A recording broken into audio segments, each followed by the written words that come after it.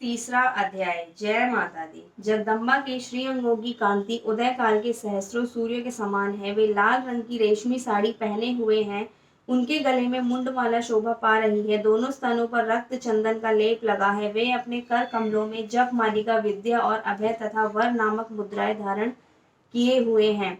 तीन नेत्रों से सुशोभित मुखारविंद की बड़ी शोभा हो रही है। उनके मस्तक पर चंद्रमा के साथ ही रतनमय मुकुट बंधा है तथा वे कमल के आसन पर विराजमान है। ऐसी देवी को मैं भक्ति पूर्वक प्रणाम करता हूँ। ऋषि कहते हैं, दैत्यों की सेना को इस प्रकार तहस नहस होते देख महादैत्य सेनापति चिक्षुर क्रोध में भरकर अब जगदम्ब से युद्ध करने के लिए आगे बढ़ा।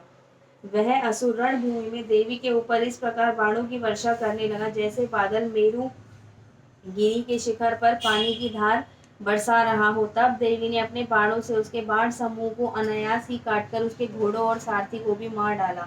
साथ ही उसके धनुष तथा अत्यंत ऊंची ध्वजा को भी तत्काल काट गिराया। धनुष कट जाने पर उसके अंगों को अपने बाणों से बींध डाला। धनुष, रथ, घोड़े और सारथी के नष्ट हो जाने पर वह असुर ढाल और तलवार लेकर देवी की ओर दौड़ा। उसने तीखी धार वाली तलवार से सिंह के मस्तक पर चोट करके देवी की भी बाई भुजा में बड़े वेग से प्रहार किया। राजन, देवी की बाह पर पहुंचते ही वह तलवार टूट गई। फिर तो क्रोध से लाल आंखें करके उस राक्षस ने शूल हाथ में लिया और उसे उस महादैत्य ने भगवती भद्रकाली के ऊपर चलाया। वह शूल आकाश से गिरते हुए सूर्यमंडल की भांति अपने तेज से प्रज्वलित हो उठा। उस शूल को अपनी ओर आते देख देवी ने भी शूल का प्रहार किया।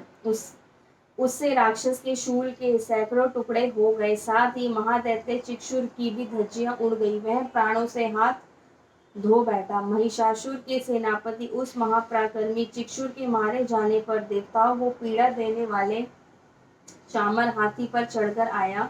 उसने भी देवी के ऊपर शक्ति का प्रहार किया, किंतु जगदम्बा ने उसे अपने हुंकार से ही आहत एवं निष्प्रभ करके तत्काल पृथ्वी पर गिरा दिया।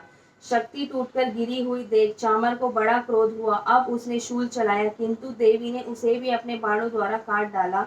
इतने में ही देवी का सिंह उछलकर हाथी के मस्तक पर चढ़ बैठा और उस दैत्य के साथ खूब जोर लगाकर बाहु युद्ध करने लगा। वे दोनों लड़ते लड़ते हाथी से पृथ्वी पर आ गए और अत्यंत क्रोध में भरकर एक दूसरे पर भयंकर प्रहार करते हुए लड़ने लगे। तदनंतर सिंह बड़े वेग से आकाश की ओर उछला और उधर से गिरते समय उसने पंजों की मार से चामर का सिर धड़ से अलग कर दिया। इस प्रकार उदर्भ भी शिला और वृक्ष आदि की मार खाकर रणभूमि में देवी के हाथ से मारा गया तथा कराल भी दांतों, मुक्कों और थप्पड़ों की चोट से धराशायी हो गया। क्रोध में भरी हुई देवी ने गदा की चोट से उद्दत का कचूमर निकाल डाला।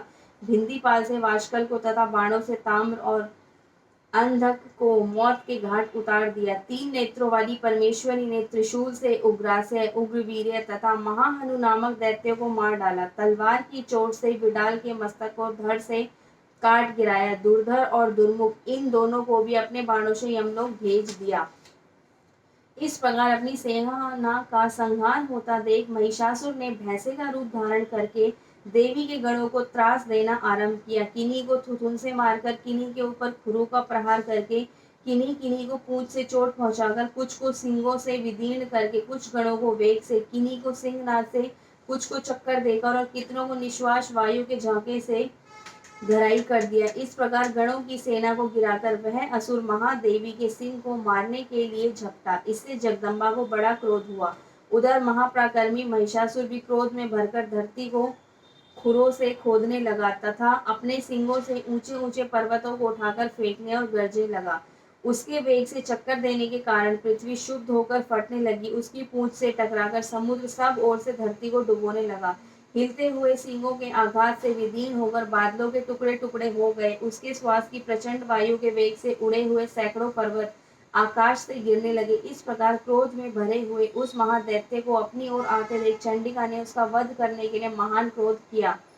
उन्होंने पाश फेंककर उस महान असुर को बांध दिया। उस महासंग्राम में बंध जाने पर उसने भैंसे का रूप त्याग दिया और तत्काल सिंह के रूप में वह प्रकट हो गया। उस अवस्था में जगदम्बा ज्यों ही उसका मस्तक काटने के लिए उद्यत हुई, त्यों ही वह खड़गधारी पुरुष के रूप में दिखाई देने लगा। तब देवी ने तुरंत ही बाणों की वर्षा करके ढाल और तलवार के साथ उस पुरुष को भी बींद डाला। इतने में ही वह महान गजराज के रूप में परिणत हो गया तथा अपनी सूंड से देवी के विशाल सिंह को खींचने और गर्जने लगा। खींचते समय देवी ने तलवार से उसकी सूंड काट डाली। तब उस महादैत्य ने पुनः भैंसे का शरीर धारण कर लिया और पहले की ही भांति चराचर प्राणियों सहित तीनों लोगों को व्याकुल करने लगा। तब क्रोध में भरी हुई जगन माता चंडिका बारंबार उत्तम मधु का पान करने और लाल आंखें करके हंसने लगी। उधर वह बल और पराक्रम के मद से उन्मत्त हुआ राक्षस गर्जने लगा और अपने सींगों से चंडी के ऊपर पर्वतों को फेंकने लगा। उस समय देवी अपने बाणों के समूहों से उसके फेंके हुए पर्वतों को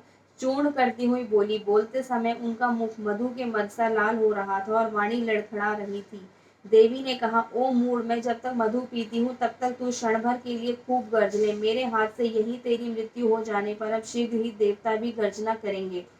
ऋषि कहते हैं, यों कहकर देवी उछली और उस महादैत्य के ऊपर चढ़ गई। फिर अपने पैर से उसे दबाकर उन्होंने शूल से उसके कंठ में आघात किया। उनके पैर से दबा होने पर भी महिषासुर अपने मुख से दूसरे रूप में बाहर होने लगा। तभी आधे शरीर से वह बाहर निकलने पाया था कि देवी ने अपने प्रभाव से उसे रोक दिया। आधा निकला होने पर भी वह महादैत्य देवी से युद्ध करने लगा। तब देवी ने बड़ी बहुत तलवार से उसका मस्तक काट गिराया। फिर तो हाहाकार करती हुई दैत्यों की सारी सेना भाग गई तथा संपूर्ण देवता अत्यंत प्रसन्न हो गए। देवताओं ने दिव्य महर्षियों के साथ दुर्गा देवी का स्तवन किया। गंधर्वराज गाने लगे तथा अप्सराएं नृत्य करने लगी। इस प्रकार श्री मार्कंडेय पुराण में सार्वणिक मनवंतर की कथा के अंतर्गत देवी महात्म्य में महिषासुर वध नामक तीसरा अध्याय पूरा हुआ। जय माता दी।